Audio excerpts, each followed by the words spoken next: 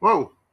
Good evening, ladies and gentlemen, being bombarded by memes, and welcome to Beer Blather 189. I'm Israel High, and that is both a prayer and an exclamation. And the word is that it started as words of encouragement in concentration camps and in trains leading to them during the Holocaust. Then eventually somebody wrote a song using this particular turn of phrase. Its meaning, the people of Israel live, or the nation of Israel live, or Israel shall live. Take your pick. It doesn't matter. Translations can be literary or literal, and I'll stay with the nation of Israel lives. And we didn't pick this by chance, but I will let the conversation guide you into it. For those who are new into this, we are broadcasting through our channel in Odyssey. You have the link down there for those of you who aren't in Odyssey, or in the description for those of you who are in Twitter. We are also broadcasting in YouTube, but only for a little while because we still don't like them. Well, they won't let us broadcast what we need, or they won't let us even talk about what we need to talk about. So, no, and when we do, they suspend us, and they can do that so many times before we are fed up, and we are fed up. And apparently, well, no, we're still in YouTube, so I can't say this, but I'll say it when we leave YouTube. And in Twitter, where they have been pretty generous with permanent suspensions over the months, both before and after Musk. And we really don't give a crap. If they let us do this, fine. If they decide to close our account, go ahead, make my day. We really don't care about them anymore. But in the meantime, for those who follow us over there, you have a place where we can learn how to get to Odyssey, which is our permanent home. And having said that, this is Saul Montes-Bradley, the largest human repository of useless information from my golden cage in Florida. And right there, right next to me, with a beanie as usual, Thomas Wictor, the only living expert in World War I flamethrowers and so many more things that it would take a book to list.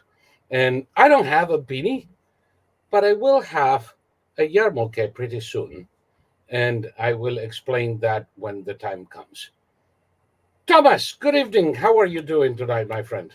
oh, I'm good, and I'll just cut right to the chase. I opened a new account on X, formerly known as Twitter. I posted one post, and that's it. I'm done. The reason I posted it there is that it has the farthest reach of any platform, and what I'm hoping is that people share it because okay, the current Israeli operation is called Swords of Iron.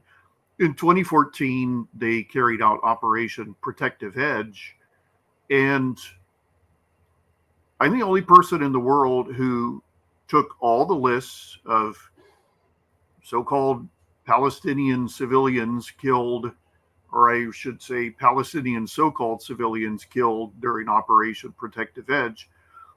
And I studied all the names, and I was able to come up with the facts and figures in my X thread. And I just thought, since the Palestinians and the mainstream media are doing it all over again this time around, I just figured I would post that. I'm not going to debunk anything else other than in terms of the number of Palestinian so-called civilians killed. I've seen the videos of ambulances racing to the hospitals, and I've seen the so-called, the allegedly overflowing hospitals. It's all phony. The ambulances have people delivering perfectly unharmed babies, perfectly unharmed children. And the only people showing any possibly real wounds are all heavily bearded, muscular, military-age men. Um, the Brits are running with this. This is a genocide of the Palestinians. It's no such thing. Just like it wasn't in 2014.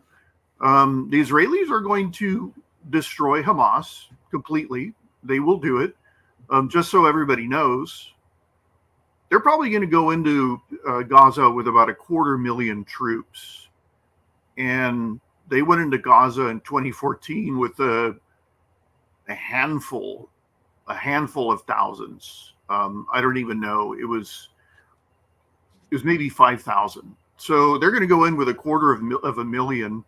What they're going to do is they're going to go door to door and they're going to go underground. And they've already made significant progress, which we can talk about if you want.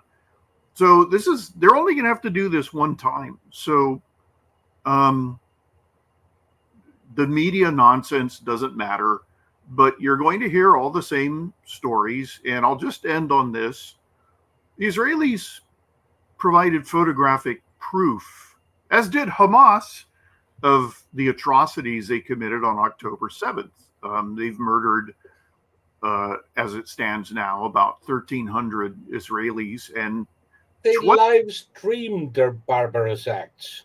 And 29 Americans are confirmed dead. So yes, and there's going to be more because there are hostages too.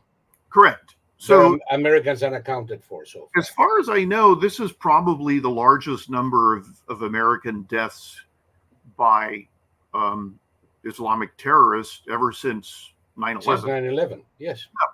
So this is a big deal, or as Joe Biden once said, a big fucking deal. And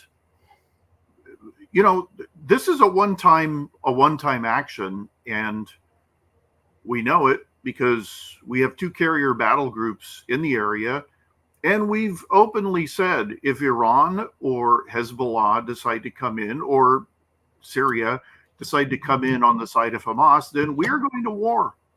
We will fight Hezbollah, we will fight the Syrians, and we will fight Iran simultaneously. Yep.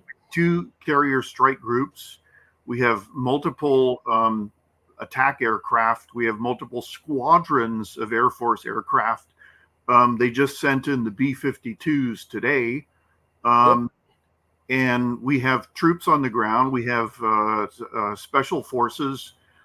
We have both in Gaza and in southern Lebanon. We have Navy SEALs. We have a Marine Expeditionary Unit. We have Marine Special Forces. So we're ready to go. And the Iranians said today that if Israel doesn't stop attacking Hamas, and Iran will take military action, that means we'll go to war with Iran. So this is your regional war, but it's only going to happen one time. So don't lose your marbles. No. Have you noticed all of those idiots losing their marbles in social media today, that Egypt was moving troops towards the Israeli border and Egypt was going to attack Israel? What Egypt did was bomb the living shit out of Hamas positions, because Egypt is an ally of Israel, you idiots. Yeah. The Egyptians are, no Arab country is going to attack Israel except for possibly Syria, but Syria is a lackey of the Iranians. And maybe Yemen will send a couple of Houthis, but what people don't realize, and we can get deeper into this later, it is a different world. This is not 1973. No, and it's not 2014.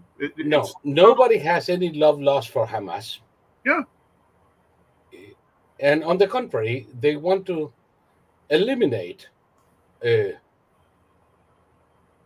Hamas and Islamist terrorist organizations even more than the Israelis do. Of People course. forget that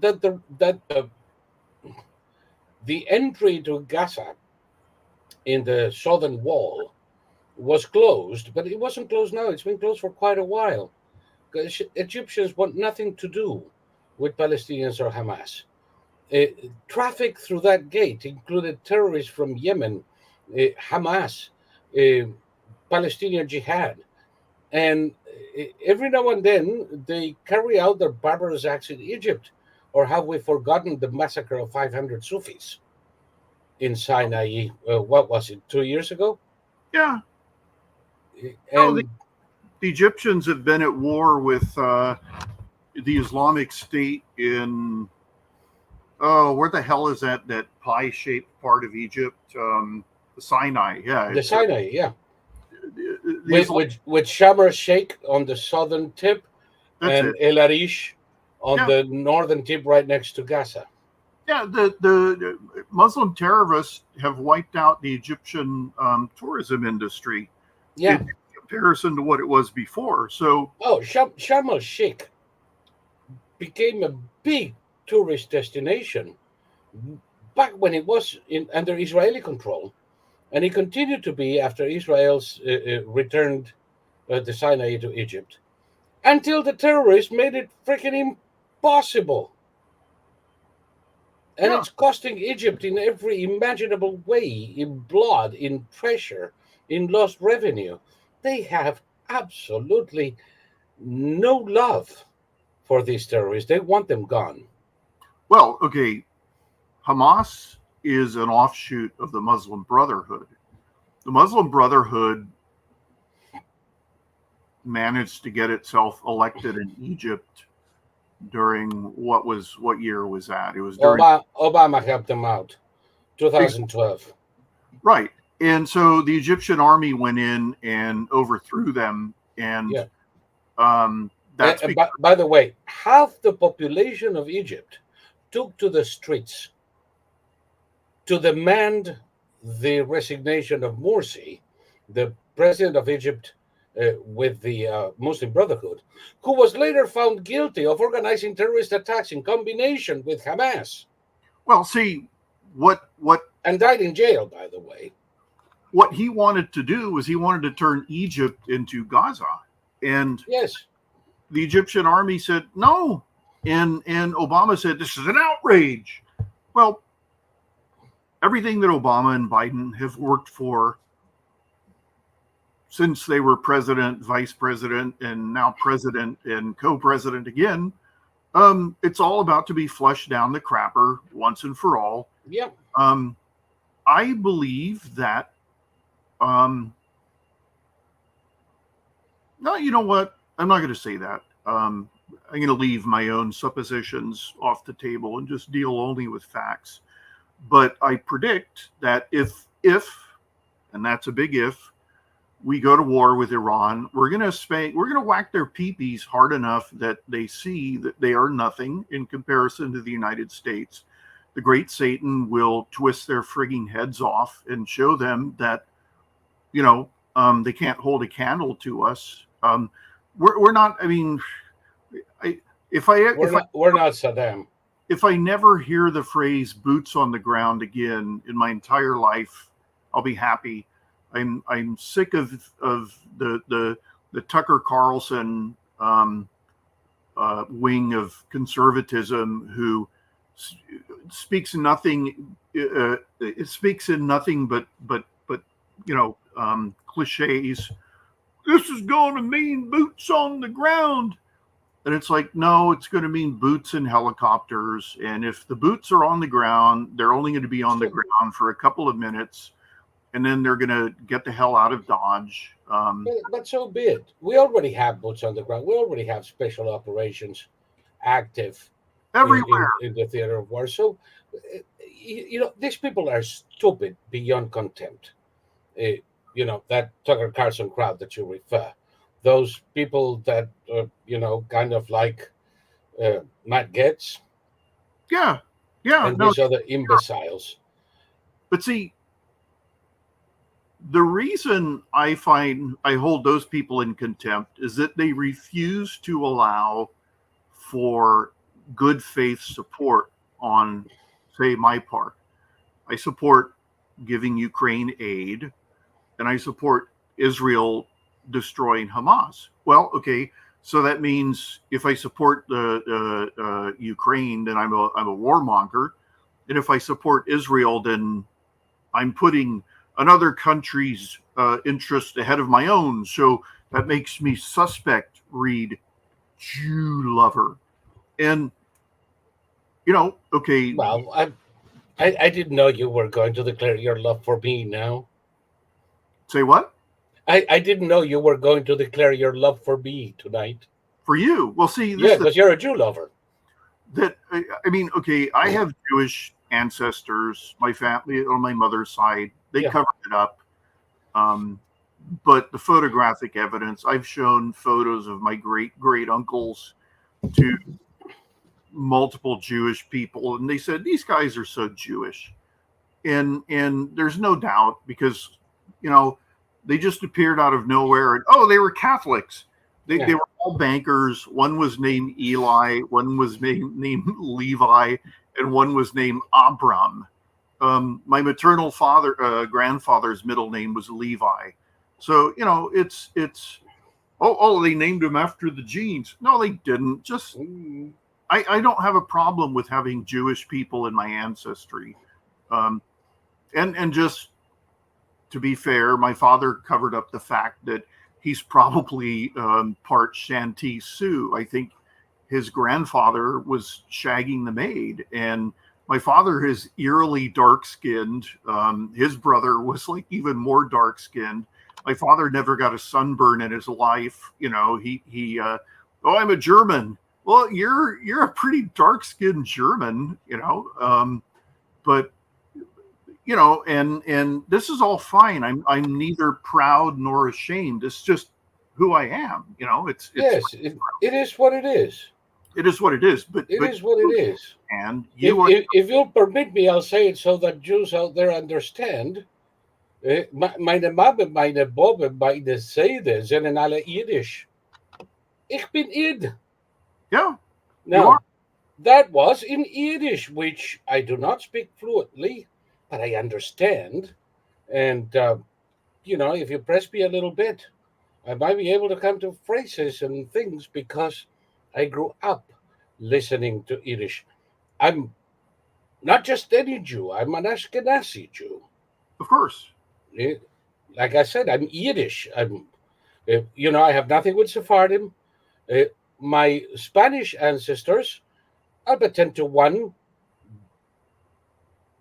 There is a Sephardim or two in the line because nobody in Spain is free of Jewish and Moorish ancestry. Period. End of story.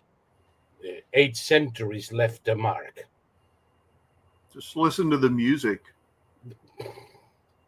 Listen to Albanese. There's nothing more Spanish or Moorish or Jewish than Albanese. Yeah. But the thing is, I don't usually, how shall I say this? I don't usually force the issue.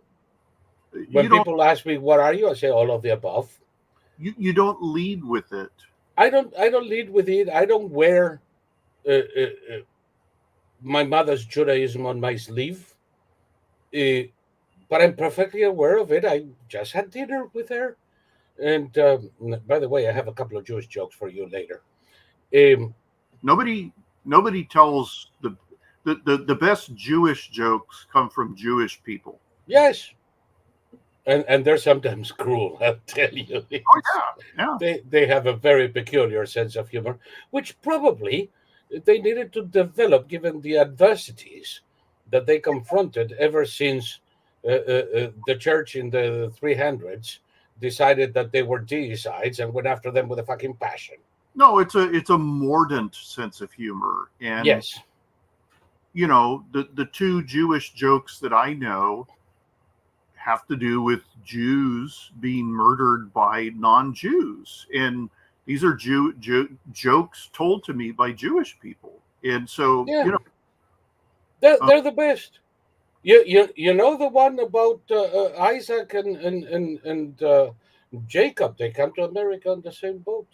They're like brothers. They go everywhere together. And then, as things happen over time, uh, they lose contact. So for a number of years, they don't talk to each other. And all of a sudden, they're walking down Broadway and boom, they bump into each other. Isaac, Jacob, how are you? Long time no see. They start talking. They talk here, they talk there, they talk all the time.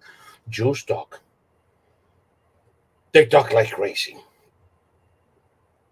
And at one point, Isaac says, "Oh, Jacob, I'm sorry, but I need to go home. My wife is waiting with dinner."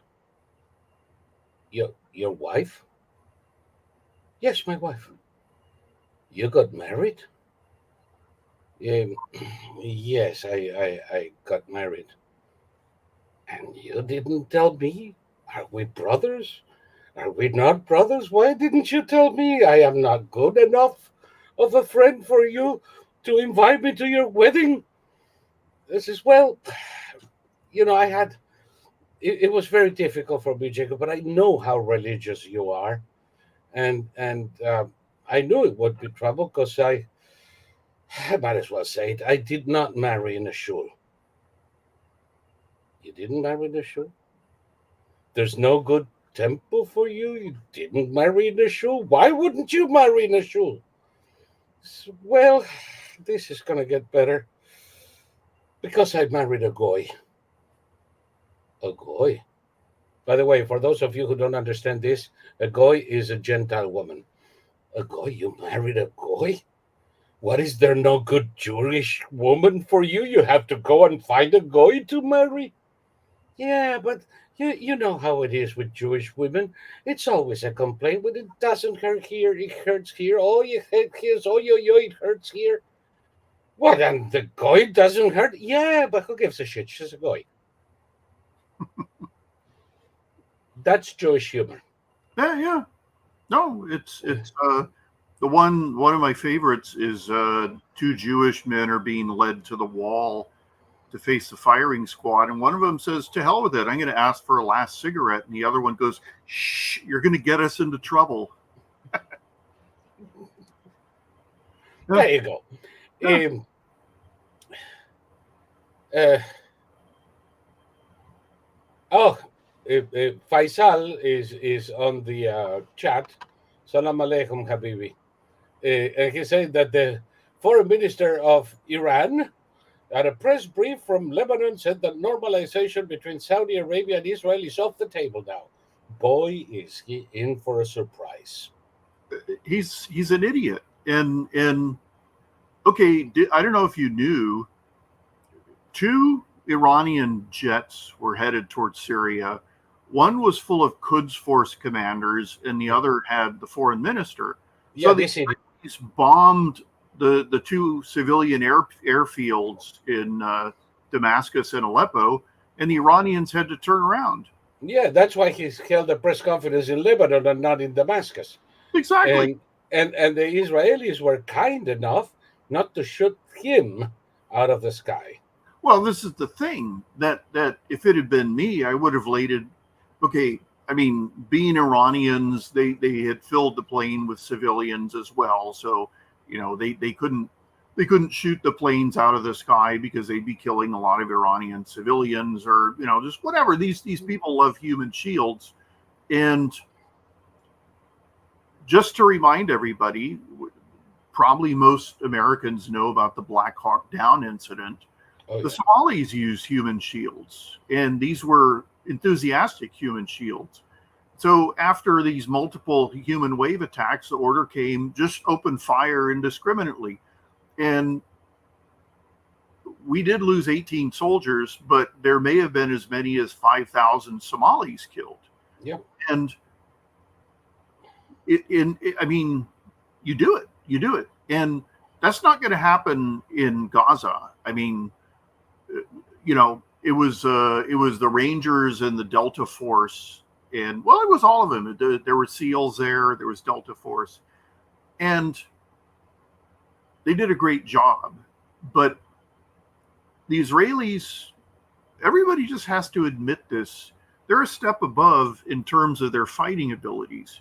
And how the world is going to see Israel unleashed. Yep. It Well, hasn't the, been unleashed since '73. there is something that all of these imbeciles keeping tabs on the dead in Gaza. 701, 921. Oh my God, they're up to 1,700 now. You mean to tell me that after 8 days of heavy bombardment in the highest density area in the entire planet, the Israelis just caught up with the number of dead that Hamas obtained in a few hours of hand to hand killing people and beheading them and taking time to rape them? Well, okay. If something surprised me, is the small number of casualties in Gaza. Well, this is the thing, and those numbers are false because, okay, in 2014, the final total of alleged of alleged dead Palestinian children was 500, and now they're saying they've already killed 700. Um, just I'm just gonna I believe that they dropped more ordnance. They use more ordnance in protective edge than they've used so far. Yes. Um, like by a long shot. For example, the artillery isn't being used very much right here. I remember the Palestinians claimed that they'd used more explosives than the Hiroshima bomb, which is a lie. But I mean, let's see. They use a tiny fraction of what we used in Tokyo. Yeah. Okay. During Operation Protective Edge, the Israelis dropped over 6,000 aerial munitions. So that doesn't count the artillery and mortars.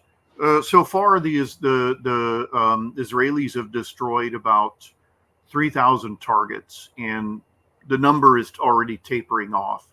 So we've already seen pretty much the end of the aerial campaign, and the ground operation is going to begin. So there's absolutely no way that 700 children were killed in 3 or 4 days.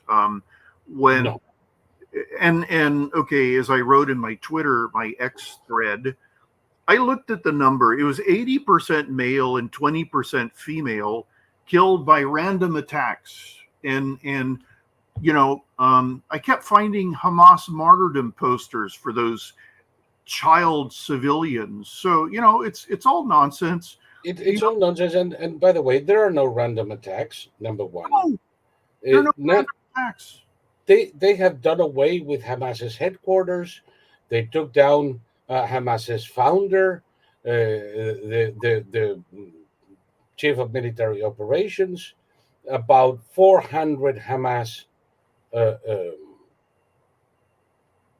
terrorists. Over 1,000.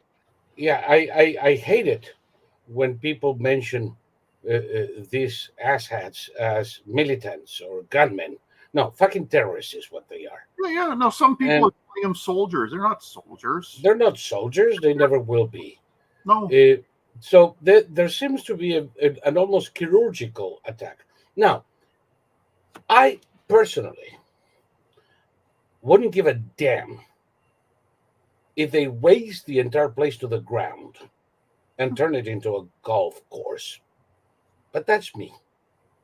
Yeah, I mean, to be honest, I don't care either, but I don't particularly care. I care about the lies. I'm not saying I want them all dead, but I'm saying if they do end up dead, I don't care. But, no, and I don't believe in the innocence of anybody, because if 2.5 million Gazans didn't want Hamas wouldn't be there. Okay. The Israelis ordered over 1 million people in the north of Gaza to go beyond the Gaza River, Gaza Wadi. And Hamas set up roadblocks, checkpoints. The Israelis have been destroying all of those. Yes.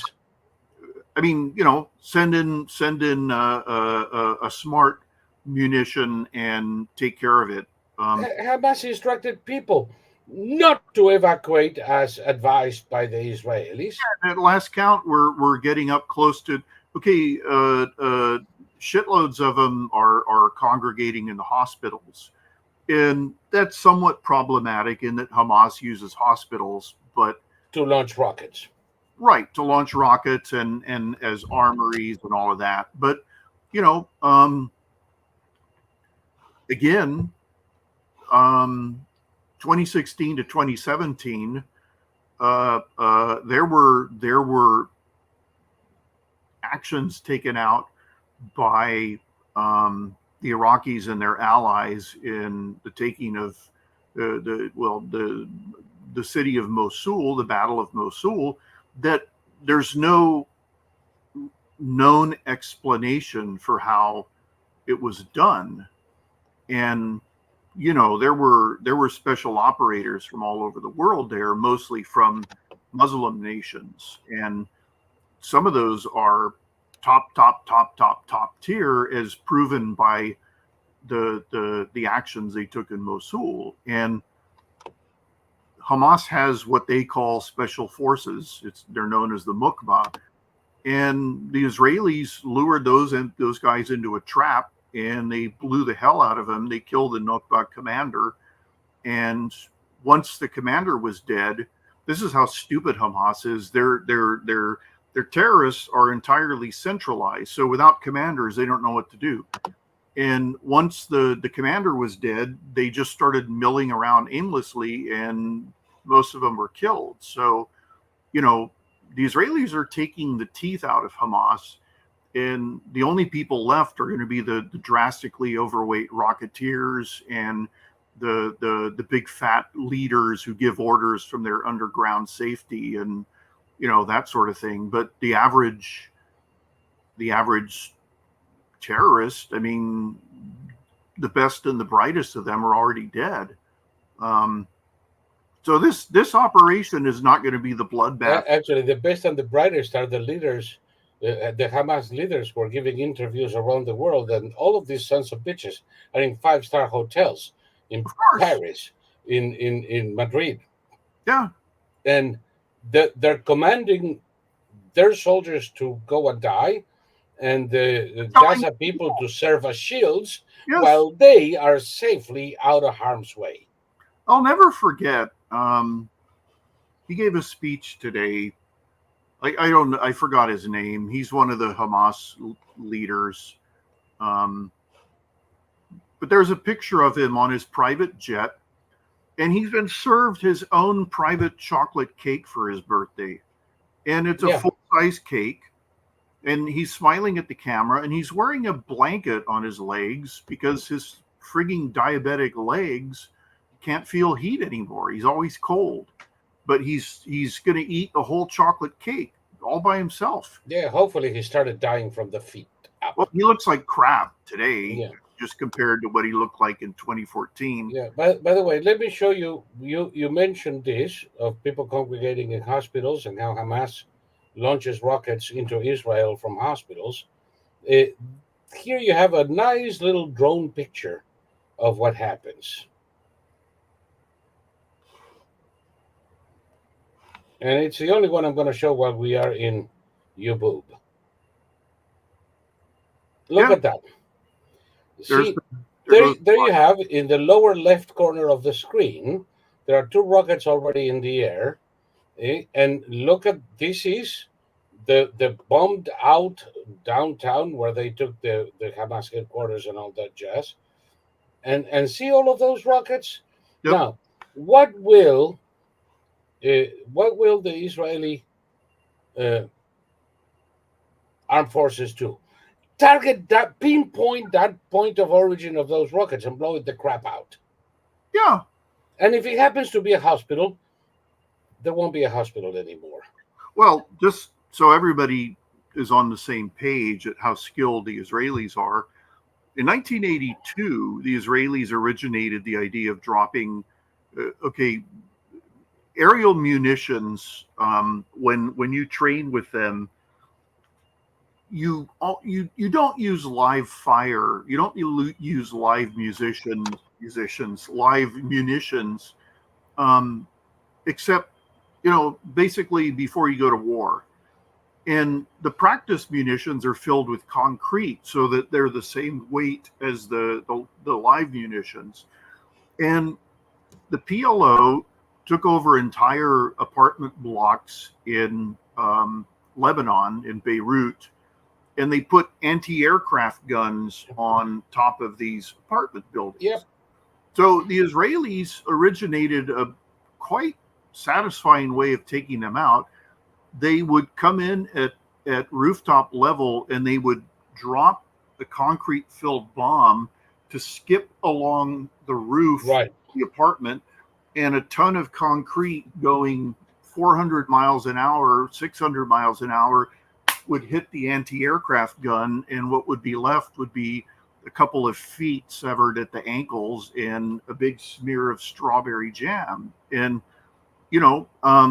they had the skill to do that in 82. Today, with not only the Israelis were tested, and there was no difference in terms of accuracy between their ability to use Israeli fighter pilots to use smart munitions and dumb munitions. They had the same rate of accuracy. So the average Israeli Air Force pilot who drops munitions is able to aim his dumb munition so precisely that it is, for all intents and purposes, a smart munition. And that's how they use guided concrete filled bombs. That's how they take out terrorists in thickly urbanized centers. They just put one of those through the roof of a car, and you end up with basically a metal donut. It's just a giant hole. It's got 4 wheels on it, and it's probably bent up like that. And whoever was inside the car is now just paste. And it causes 0 collateral damage. So, as much collateral damage as Soleimani's joining the Cosmos did. Exactly. And this is not going to be a massive bloodbath. The Israelis aren't going to lose, thousands of soldiers. No. You see, a single U.S. soldier is a high price to pay. Yes. A single Israeli soldier is a high price to pay. It's massive. But when you don't have a choice, you don't have a choice. No. I always quote Jefferson. Any price, however high, is preferable to the wages of terror. When you need to do it, you need to do it.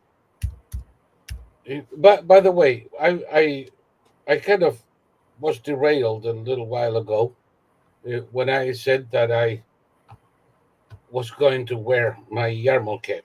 I don't usually wear it. No. I'm not a practicing Jew. I don't go to shul. I only attend ceremonies for relatives and friends, bar mitzvahs, brises, weddings. And when I visit the cemetery, when I go to see Stacy, who is there. That's about the only person I have, the only affection I have in a cemetery here. My grandparents are in a cemetery in Argentina. I don't think I'll ever go back there. But when we were saying everybody's French when there is a terrorist attack in Paris. The women in Washington, D.C. wore hijabs in solidarity with the Muslim community after 9/11. Yeah. To protect the Muslim community from attacks that never came, because American people are not like that. Well, after last Saturday, Ich bin Id. I am a Jew. Yeah. And I will be wearing this until this is over and there is no more Hamas. Yeah. And if they want to come for Jews, I'll be waiting for them. Well, me too. I mean, if you're coming for Jews, come for me too. I mean, I'm not Jewish, but if you're going to be rounding up the Jews, round me up too. I don't want to live in a world where all the Jews are murdered. I mean, come on. But I'll take down as many as I can. Oh, baby, I'm thinking I'm good for at least a half a dozen. Well, okay, you know that Hamas called for a day of whatever, Friday the 13th. Day of rage or whatever crap. Have you noticed that one day is the trans day of rage, and the other day is the Hamas day of rage? Maybe they're in solidarity with the trans movement. There's only one. I mean, you know, Antifa, Hamas, they're all the same. But, you know, I wasn't expecting anything, but I was prepared. And you know, if anything had happened, I would have been very calm, but I would have done as much damage to them as I could before I went out. And see, here's the thing. I read a very sad story. Two of the people killed on the kibbutz were pacifists, and one was from Minnesota. This was an elderly couple, not that elderly, late 60s.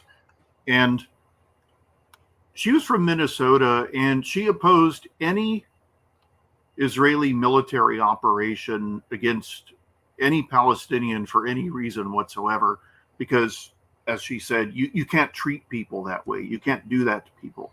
So she and her husband ended up in a safe room, and the last text she sent out before she and her husband were murdered was, "They're breaking down the door. Somebody needs to get here right now and save us." And it's like, who would that someone be? Well, the army. But you said you oppose any operation carried out against any Palestinian, including us, for any reason.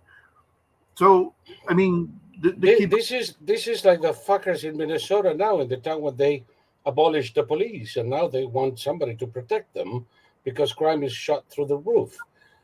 Those are called police. Who's gonna come to help you? Yeah, well, nobody, because you abolished them. And I mean, okay, the kibbutzim did not deserve to die. That goes without saying. No. But they lived in a world that doesn't exist. They were right next door to Gaza, next to people whose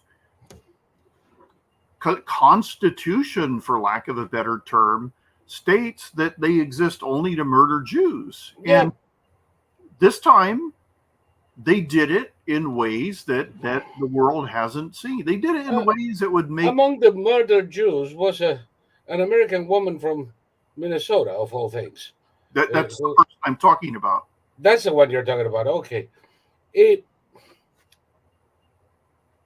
For crying out loud, people don't know about kibbutz and kibbutzim and the kibbutz movement. These are the only true Zionists that remain in Israel. The idea was to create a socialist utopia. It was going to be an agrarian society where there would be no private property.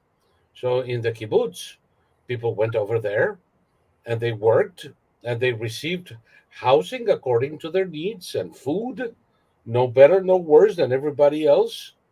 And they lived communally, and they worked every day and sang on the way to harvest and all that. Just, you have to see the movies from the 60s. And I was almost recruited to go to one of them in the early 70s. And the socialist utopia of Israel didn't go anyplace. But the kibbutz remain pretty much like hippie colonies, but economically successful. They turned the desert into a garden. Some of them branched out into industry, not just agrarian community, but they branched out into industry and trade, and they became prosperous communities. How come the fucking socialists in Europe and the US don't like them? They are exactly the most successful experiment in socialism ever. Well, because they're Jewish. Amazing, isn't it? And I mean,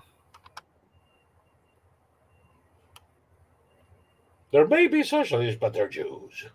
what Hamas did is evil.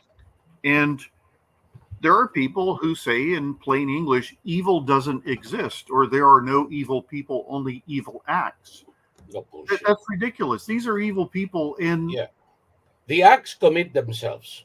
yeah, There are exactly. no people involved. All of a sudden, boom, a baby is decapitated. But Yeah, there was no person involved. It was just evil coming out of thin air, out of the ether, and doing the bad deed by itself.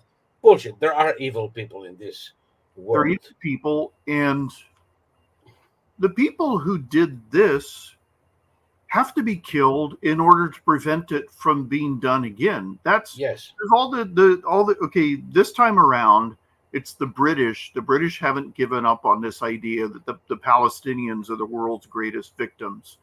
And now they're all crying about the impending operation that's going to kill all these poor innocent Palestinians. Londoners, most Brits are pretty clear on this thing now. But the socialists in London, the Irish hate Jews. The Irish, of course. Irish, whatever he was, some UN bastard, was talking about how, if it's wrong for Russia to bombard cities, it's wrong for Israel. And it's like, there's a slight difference, you fat bastard. The Israelis are targeting military. Okay. Here's what we need. No, finish that thought. You were on a good vein there. Israelis are targeting military installations that the terrorists deliberately put within civilian centers, which is a war crime. Yep. It is not allowed. The war crime is committed by Hamas the moment they use civilians as shields. And the Irish are in no position to talk about morality, as far as I'm concerned. Given it was an Irish terrorist bomb that nearly took my life, and I eventually gave up my hatred of the Irish. But when Irish start raving about Jews, then it all comes flooding back. And Ireland is, for the most part, a failed state because of its religion. And they didn't have to be in the early thousands. They were like the success story. And then they said, "Hey, we've got so money, let's blow it all on free everything." And look where they are now. I mean, it's ridiculous. But they hate the Jews, and they lie. They killed Jesus, The Israelis aren't doing anything remotely resembling what the Russians are doing. The Israelis are not targeting cafes. The Israelis are not targeting hospitals and schools and all of that. And kindergartens and malls and residential buildings. And the Ukrainians have the photos to prove it. Yep. The Ukrainians have the videos to prove it. The Palestinians haven't provided any proof of anything. The Russians just killed 50 people in Kherson with a bomb that targeted a civilian location. Yeah, where there are no military targets anywhere. Yeah, and then near them. And, they were all Nazis, and one of the dead was an 8-year-old boy, an 8-year-old Nazi. Okay. Yeah.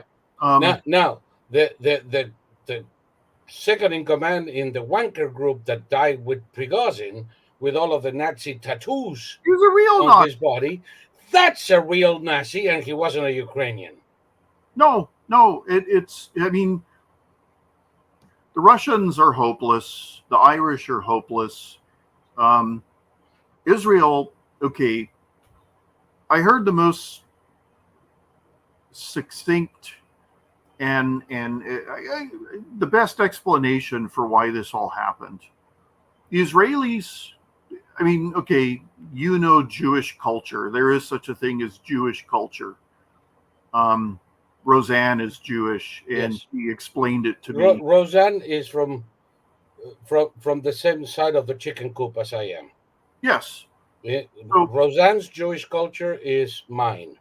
Exactly. So there are others. There are different cultures within Judaism, but hers is mine.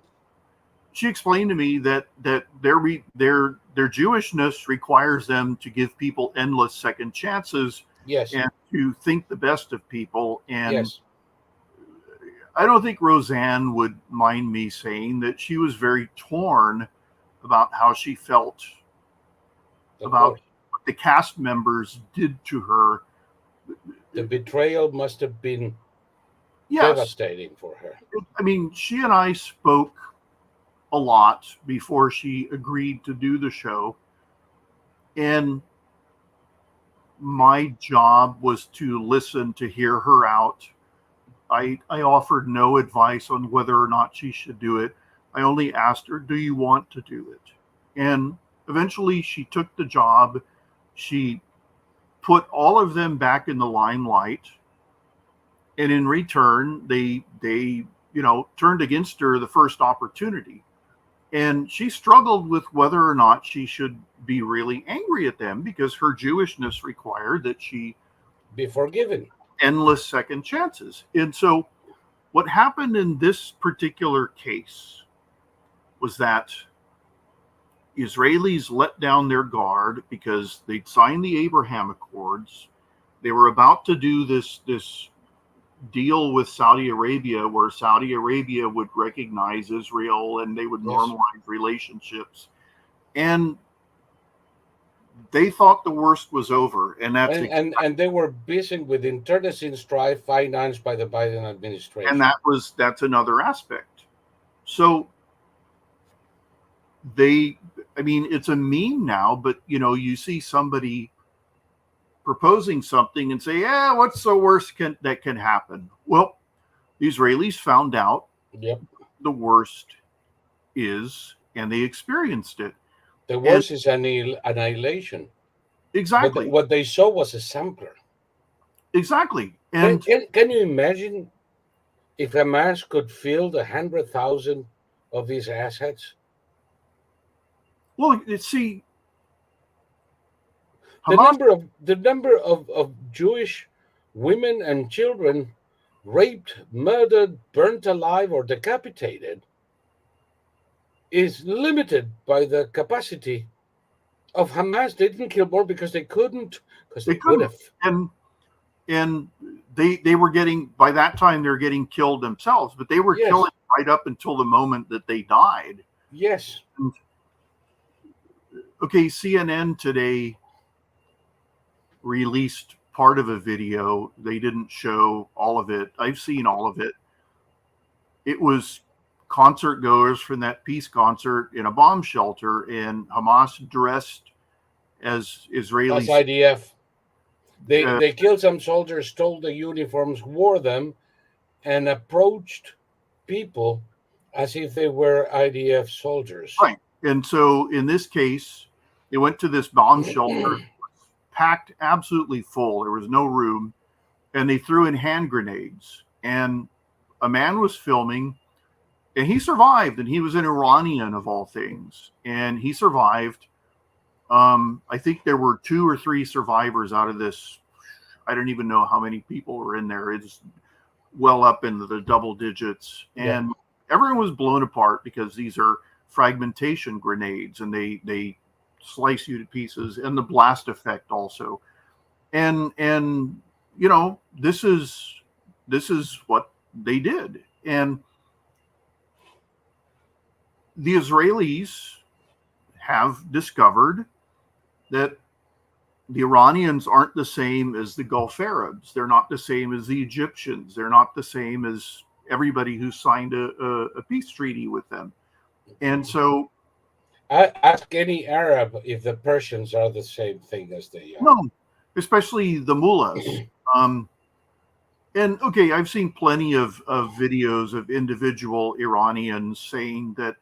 I mean, there was a movement around 2015 or so of Iranians and Arabs holding up Israeli flags in the privacy of their own home, or singing Israeli songs, or just saying, I don't hate you, I want peace. And I fully accept that there's a large number of people like that, but the mullahs are not like that.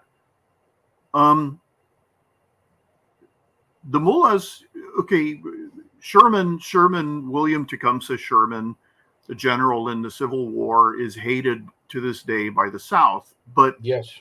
he was a firm believer in not doing His by march on Savannah is not very popular where I live. right, and he was a firm believer in not doing anything by half measure. Mm-hmm. And one of his most famous quotes is, "War is the remedy that our enemies have chosen, and I say, let's give them all they want." Oh yeah, And I agree with him. By the way, the Israelis or the Iranians wanted this war, and I think they should be given all they want. And yep. they don't have any nukes. And here's something people don't seem to understand. The Israelis have the Israelis have a base in Azerbaijan. So they have the ability to intercept anything that takes off from Yep. Iran on takeoff. So if so do we, by the way. pardon me? So do we.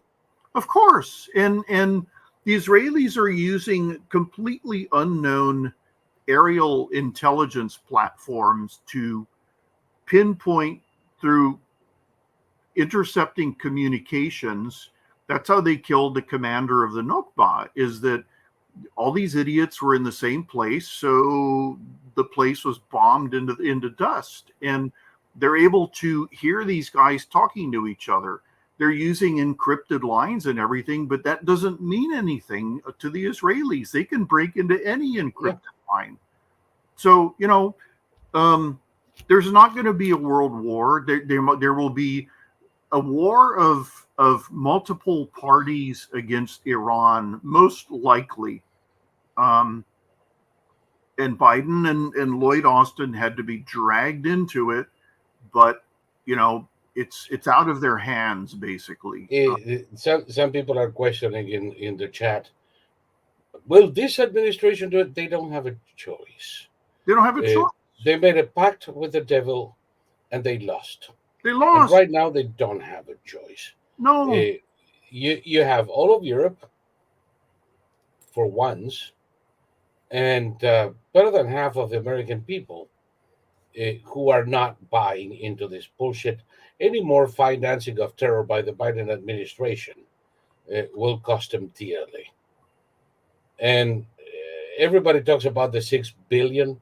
But by the way, let me go back 1 second, because you were talking about Roseanne, and I wanted to underscore something that you said there, and give you another example. For Jews, life is sacred. Not just their own, but life. Everybody's. My life is sacred. Your life is sacred. The baby's life is sacred. The taking of a life is beyond the last resort. Israel gave up 1,000 terrorists in exchange for the life of one soldier. Yeah. They freed 1,000 terrorists to save one life. That gives you an idea of where they stand. And that's what these idiots in Hamas thought would happen this time. Yes. And yeah, it is sacred, but not to the point of self-immolation. Okay, I mean, this is a war. Israel has no choice. I mean, that's the thing. They have to wipe out Hamas once and for all, or be wiped out themselves. Yeah, the next attack will be 5,000. Oh, I did calculations. If you scale up the population of Israel to the size of the United States, that's 48,000 murdered. Yeah. 48,000 murdered in one day. And 100,000 wounded. And 100,000 wounded in one day. 9/11 was 3,000.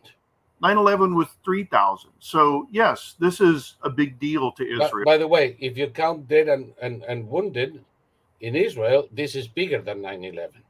Well, even in absolute terms. Oh, in absolute terms. Yeah, of course. course. No, I mean, proportionate as you are doing, it's fucking huge. See, everyone in Israel either knew somebody or lost somebody. Either knew somebody who got away by the skin of their teeth, or they either know one of the dead or they're related to one of they know somebody who died or relative of the somebody who died. Exactly. So there are no more than 2 degrees of separation from all the victims. So this is about as close to home as I mean, this is a terrible blunder on the part of Hamas and Israel Iran. Yes. And, okay, Hamas is Iran. They get their marching orders from Iran.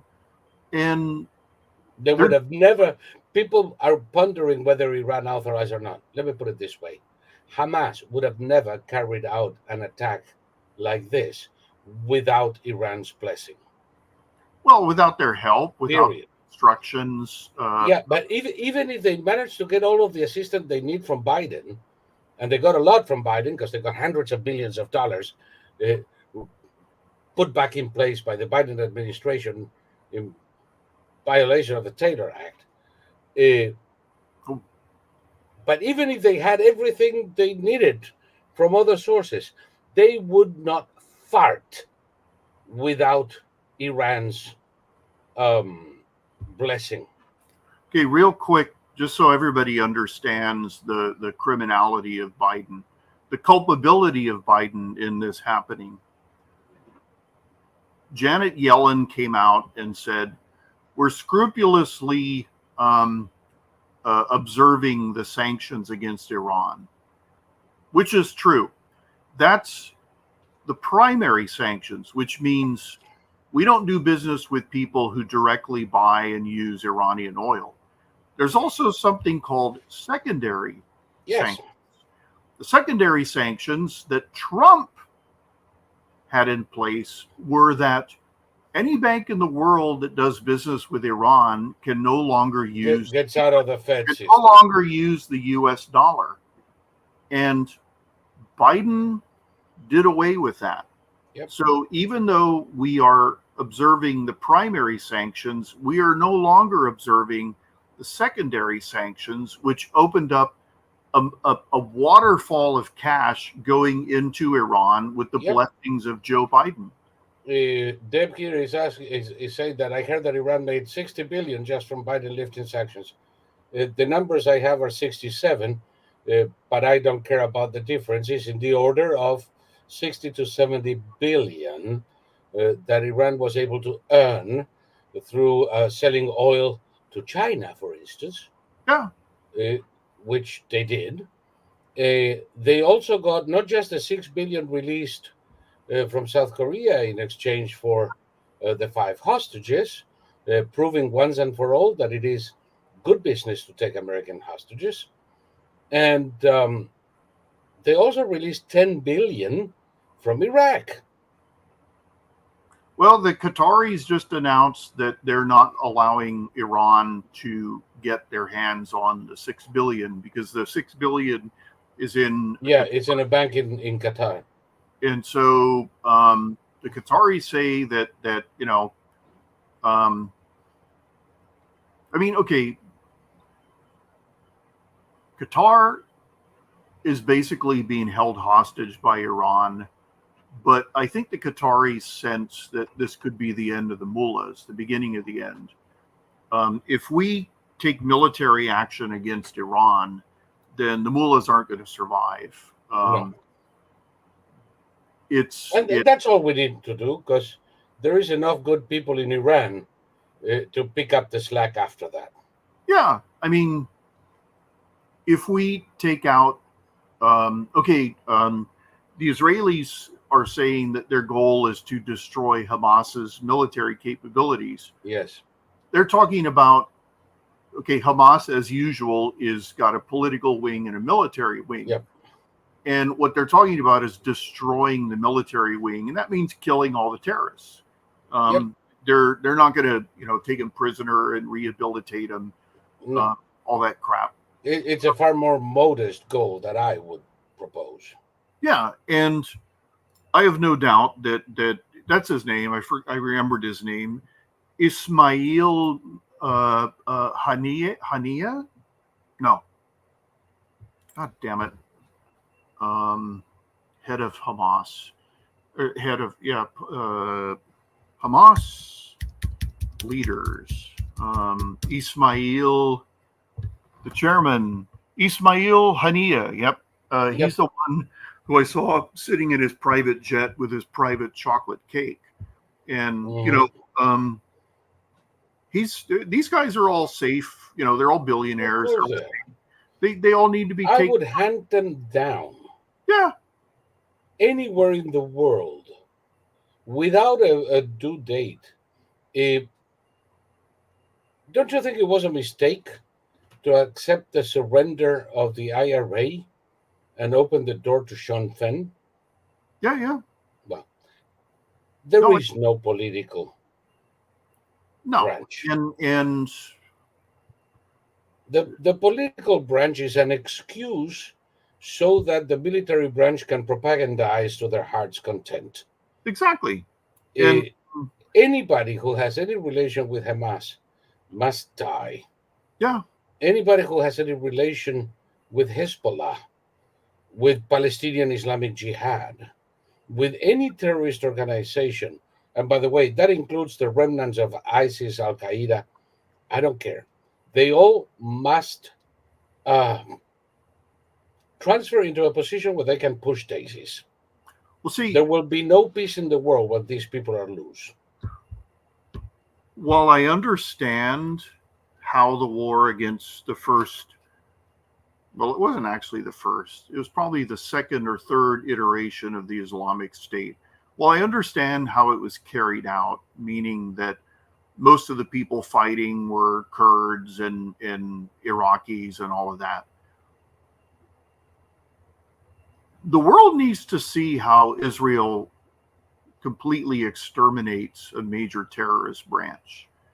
And they need to see how quickly and easily it's done, especially other terrorist groups. And, they basically, Hezbollah and whoever's left in Syria, they need to see that these were your most powerful fighters. Because, Hezbollah went to Syria and they came back in coffins. So Hezbollah, their reputation is already shot. They were able to fake their way to victory all they did after the 2006 war with Israel was, the Israelis once again were told by the Americans, that's enough, back off. And they weren't able to finish the job. There's nobody on earth who can rein in the Israelis at this point. They will not stop. This is a done deal. Hamas is dead. Jews don't do that, but I'm lighting candles that it remains that way. Yeah, there's nobody in every conversation I've seen with the IDF spokesman. They brought up the fact that we're doing this because they butchered 1,300 of our civilians, 1,300 of our citizens, unprovoked, and there's no real answer to that. And they're trying to say, oh, but you've already killed this. No, they haven't. They haven't. No, they haven't even started. There's no evidence that they've killed over 700 children in Gaza. There's no evidence. When you look at the total numbers, it's an absolute impossibility. By the way, remember what I just said a moment ago about the Judaism maintaining that life is sacred and therefore taking a life is anathema. Yes. Faisal, who's always helping us in the chat, is quoting the Quran. That is why we ordain for the children of Israel that whoever takes a life, unless as a punishment for murder or mischief in the land, it will be as if they killed all of humanity. Correct. And whoever saves a life, it will be as if they saved all of humanity. Correct. Is the Surah 5:32. And by the way, and that is what the Quran mandates. So Yeah. tell me how this camel hampers represent Islam in any way. Well, I mean, this is a thorny issue because Al Azhar University, the Grand Imam there, said, "Look, they haven't done anything to be considered heretical. So, like it or not, they are Muslims, but they don't represent the vast majority of Muslims. And at the height of the hatred of Muslims, I never got on board. There were people saying it could never be reformed, it could never be this, it could never be that. I never believed that. And the Saudis have proven that Islam can be reformed. But first, they had to become the Muslims with the most firepower, and that's just a fact. Look at a country like Turkey, which for a long time was like a secular paradise. And then when the Turks from the countryside moved in and they didn't like what they saw and they voted in Erdogan lost his marbles and tried to recreate in some fifth-rate fashion the Ottoman Empire, and Turkey is a disaster now. So it's still not working. You still have women titties out in Antalya. The secular bent of the larger populations in Turkey is intact. Yeah. And Erdogan shall pass. Of course. But Turkey is never going to be Iran. No. And okay, the Iranians are a strange people in that they're amazingly passive, that they endure far more than they should. And I've never gotten a good reason why. I mean, we know the Romanian revolution happened basically in one day, where they just said, you know what, screw this guy. And they went up against tanks with their bare hands. And it was only when the army saw that it wasn't going to stop that the army switched sides. And then that was the end of Ceausescu. That could happen in Iran easily, but it needs enough people. I mean, it needs a nudge. Twice in the past 15 years, the people of Iran got within an inch. Yeah. The first time, Obama stabbed them in the back. Yeah. The second time, I thought that under Trump it would work, but no, we fell short again. We didn't stab them in the back, but we didn't help them much.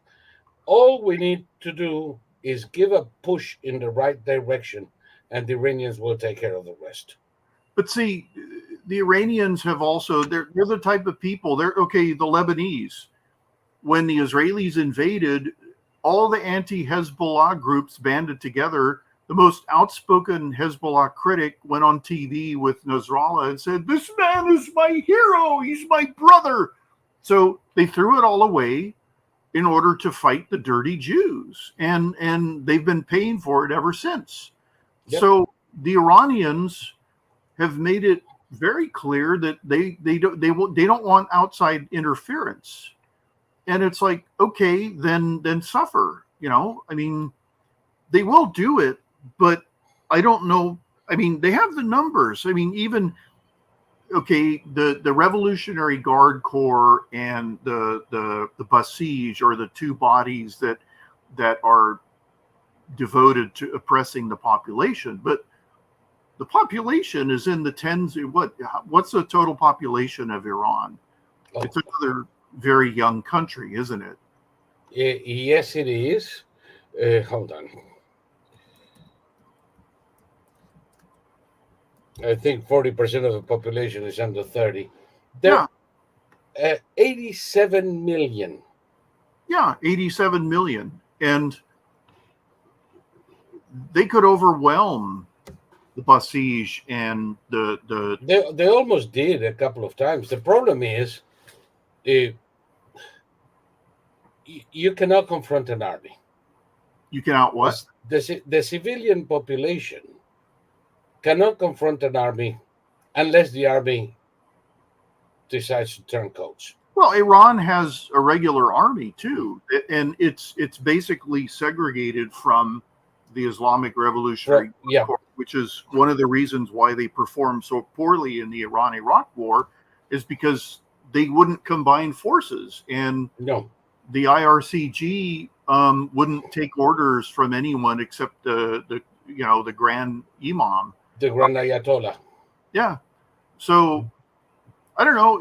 The country's a mess, and in some ways it's very modern, and in other ways it's as primitive as they come. And everybody dumps on the Saudis. The Saudis are a success story in my book. Oh God, and pretty soon it's going to be a major tourist destination.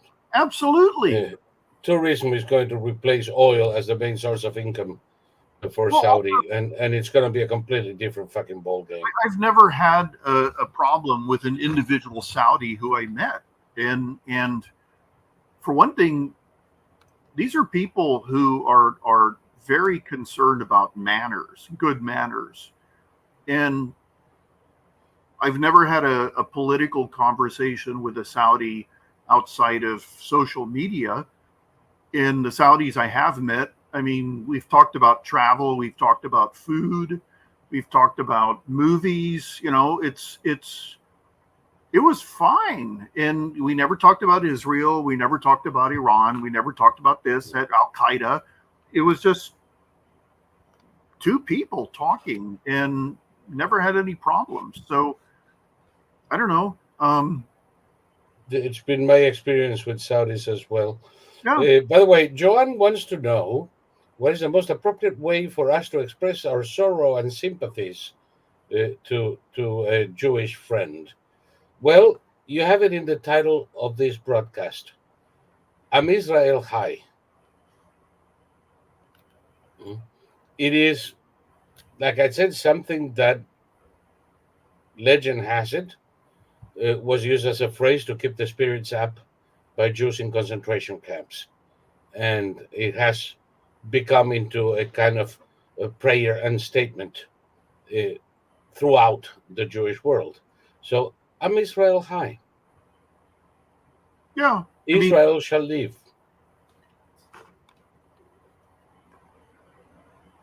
Okay, the Jews, when somebody dies, they sit Shiva. Yes. And there aren't jokes and whiskey like in an Irish wake. Yeah, it's very solemn, but yes, there's no attempt to console, really. It's you bear witness. Yes, Jewish people bear witness a lot, and I don't know, if you want to express your solidarity, go to a service and bear witness. If they're going to have any kind of service that's dedicated to the memory, okay, they say Kaddish. Isn't that the prayer for the dead? Kaddish is the prayer for the a prayer when somebody dies, not a prayer for the dead, because they don't do that in Judaism. But it's a prayer that say, I had to say it, and I actually said it at my father's deathbed. Sure. My uncle said it at my grandfather's and my grandmother's funeral. I say it occasionally when I go to visit Stacy. It's a very short prayer in Hebrew. And it's the Kaddish. Well, see, okay, there's a very good movie that's based on fact. I think it was a Harvard professor. I'm not sure, but she called the fake historian David Irving, the British Holocaust denier, a Nazi sympathizer. And so he sued her for libel in the British court system, which is different from our system, because in our system, if you sue someone for libel, um, it's you can prove that it's not true. But under the British system, if you sue somebody for libel, then the person who libeled you has to prove that it's true. So in this case, they had to prove in court that Irving was in fact a Nazi sympathizer. And there was a scene where the lawyers who'd never handled anything like this, in Britain, they have a barrister and a lawyer. The lawyer doesn't try the case, the barrister tries the case. And so it's a team. And Is the solicitor and the barrister. The solicitor deals with the client, the barrister deals with the court. right. So the professor, who is Jewish, went at the barrister's request, they went to Auschwitz, and he had never been there, and he basically viewed it as a crime scene. And there was a scene where the college professor was very opinionated, she didn't agree with how they were going to fight the case. They ended up winning, and she had to admit for the first time in her life ever that she was incredibly wrong about something. And this is all a true story. It was based on the book that the professor wrote.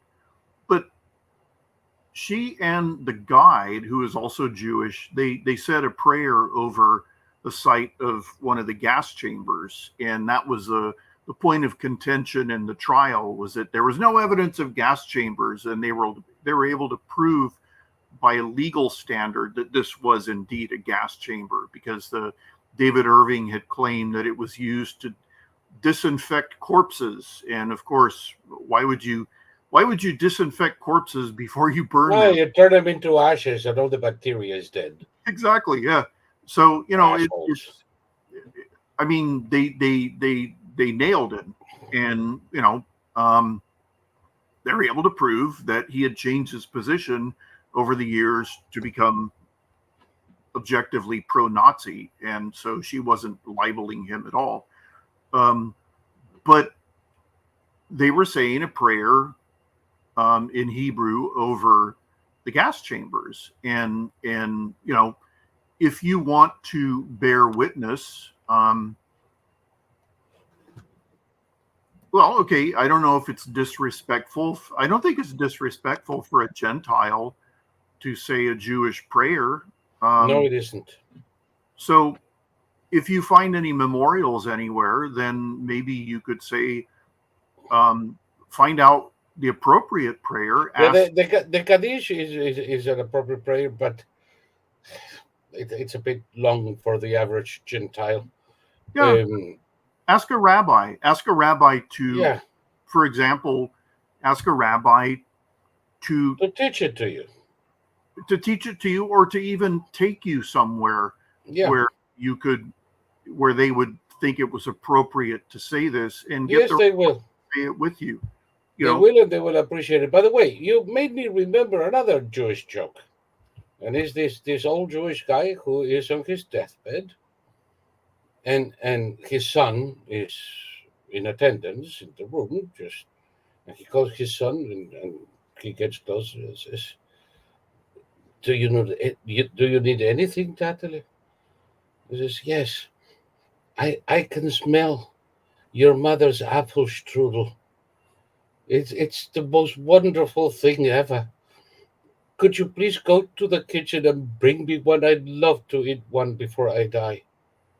And the guy goes and comes back a little while later, and the old man says, no. He says, I'm sorry, Dad. Mom says that nobody can eat any. They're all for the Shiva.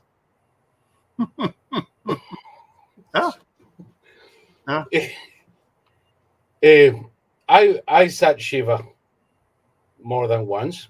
Sure. It's very little talk. All of the mirrors and luxuries of the house have to be covered. There is no place for vanity. So, watching yourself in the mirror, no, wait until you freaking Narcissus, wait a couple of days and then you go back to looking at your image. But all of the mirrors have to be covered. Um, Expensive art, everything has to be covered. People dress soberly, but not necessarily all in black or all that style. There is food. There's always food in the Shiva, uh, which is generally provided by the family of the deceased as a courtesy to those who came over to keep company with them. Uh, Everybody lines up to give condolences to the widow or the widower or the son or the daughter or whoever it is. And it is like that. And by the way, the casket is closed, is always closed. There is no open casket wake until it's time to go to the cemetery, which is not going to be long because, as you know, much like Muslims, Jews have to bury their dead sooner rather than later. And especially if somebody dies, I don't know, Friday morning, chances are they're buried before the Shabbat. And then there is a ceremony. When, when you get to the cemetery, there is the washing of the corpse. The corpse is the casket is taken to a room. The corpse is taken out of the casket and is given a thorough washing. And the nails are cut, and it's placed back in the coffin. Um, and then there is a little graveside ceremony, the reciting of the Kaddish. We throw a little dirt on it, and that's it. And when we go to the cemetery to visit, we don't bring flowers. We don't dress to the nines. We dress in the more pedestrian way possible. We wear a head covering. You can leave a stone on the graveside so that people know that somebody remembered. And that's about it. We don't flaunt what some religious people would explain is that we don't flaunt the wonders of life in front of the dead. Yeah. Mm-hmm. So, uh, Thomas, if your maternal grandmother was Jewish, you know that automatically that makes you part of the tribe. Yeah. Not acknowledging it is running from your destiny. Well, see, it's say, give me a break, please. Well, see, yes, I don't practice any religion. I am a theist, but I don't practice any religion, and I appreciate. I mean, I don't reject the Jewish part of me, but I don't identify either. It's there. It's real. But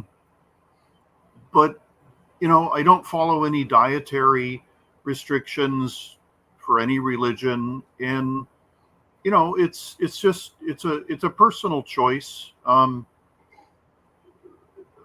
There's a lot of things I won't do, but that's again a personal choice. It has nothing to do with fear of punishment after death. I'm way beyond that point. I'm not worried about death. I wouldn't want to be slowly tortured to death. I would rather die in my sleep at the age of 142. But on the other hand, long? You want to put up with Democrats that long? Well, see, I want to see. My whole thing is I always want to see what's going to happen next. I mean, Yeah, I true. I'm not one of these people like there's all these videos on YouTube where some poor idiot young person is, my life sucks. And it's like, oh, okay, how about going over and living in Israel right now? Then you'll get a greater appreciation for how good you have it here, young person. Um, I've never felt that my life sucks. It's not the life I had wanted, but it's a life I have, and you know, I don't know. I just want to see. The reason I hang around is I just want to see what's going to happen next, and you know, I want to see Hamas get wiped out. That would be really exciting. I want to see the Iranians get it in the teeth for once. Um, there's emerging evidence that the Russians were actually there in operationally, that they accompanied the terrorists. So if that's the case, you can expect the Russians to pay a price. I think the Israelis are going to make everybody involved in this pay a price. Um, and who could blame them? They have to make sure this never happens again. I don't know. It's a terrible thing, but it's also going to lead to a lot of really great things happening. This is a war that had to be fought, and there had to be a war against Iran. We couldn't keep going on like this. Russia is almost out of the picture. Putin's health has taken it. When Putin appears in public now, he's misusing words. His grammar is terrible. He looks like hell. His little thighs are about this big around now, and his face is like this big. So Putin's not long for this world. The Chinese, everybody's worried about the Chinese. What are they going to do? What are they going to do? Eat rice. Well, if they try something in Taiwan, they're going to have their butts handed to them by the Japanese and the Taiwanese alone. Everyone's saying, oh, we're taking our eyes off the Pacific. We have a carrier strike group in the Pacific. That's all we need. We have subs in the Pacific. That's all we need. The Chinese just lost one of their newest nuclear submarines. They ran into their own sub trap, and the whole crew died. Plus, they had a massive number of officers on board. They all died because they couldn't rescue them.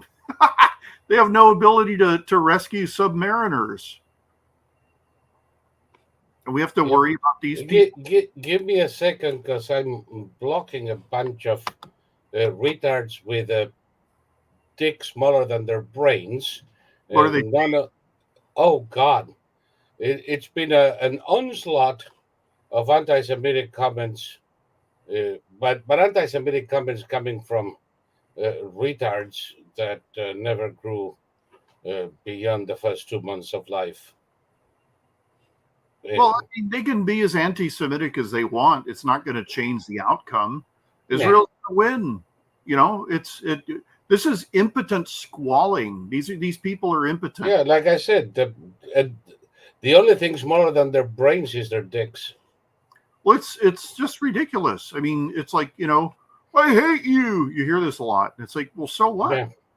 So what? Hate me. I don't care. I mean, no, I mean, this is another reason. I don't care one way or the other, but it bothers the rest of our guests. No, I mean, okay, one of the reasons I'm not going back to X or Twitter is because the last time I did this, it was a never-ending fight against the sickest people who ever lived, and this time around it's just not. Everything's changed. I mean, they slaughtered 1,300 Israelis, so I can't make fun of these people the same way I did in 14 years ago in 2014. because now, I mean, arguing in their defense in 2014, you could say that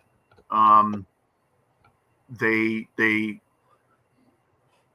didn't. I mean, they felt more that Hamas. See, the huge mistake Hamas made was live streaming their atrocities, and a video Now they can't hide from it, can they?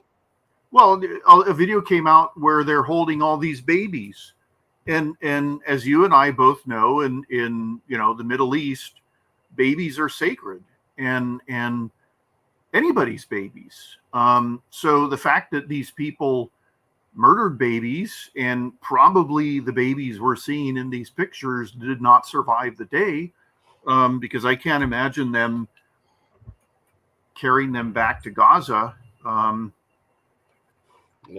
No. But first, by the way, we've been way more than enough in YouTube, and there are some videos that I'd like to show.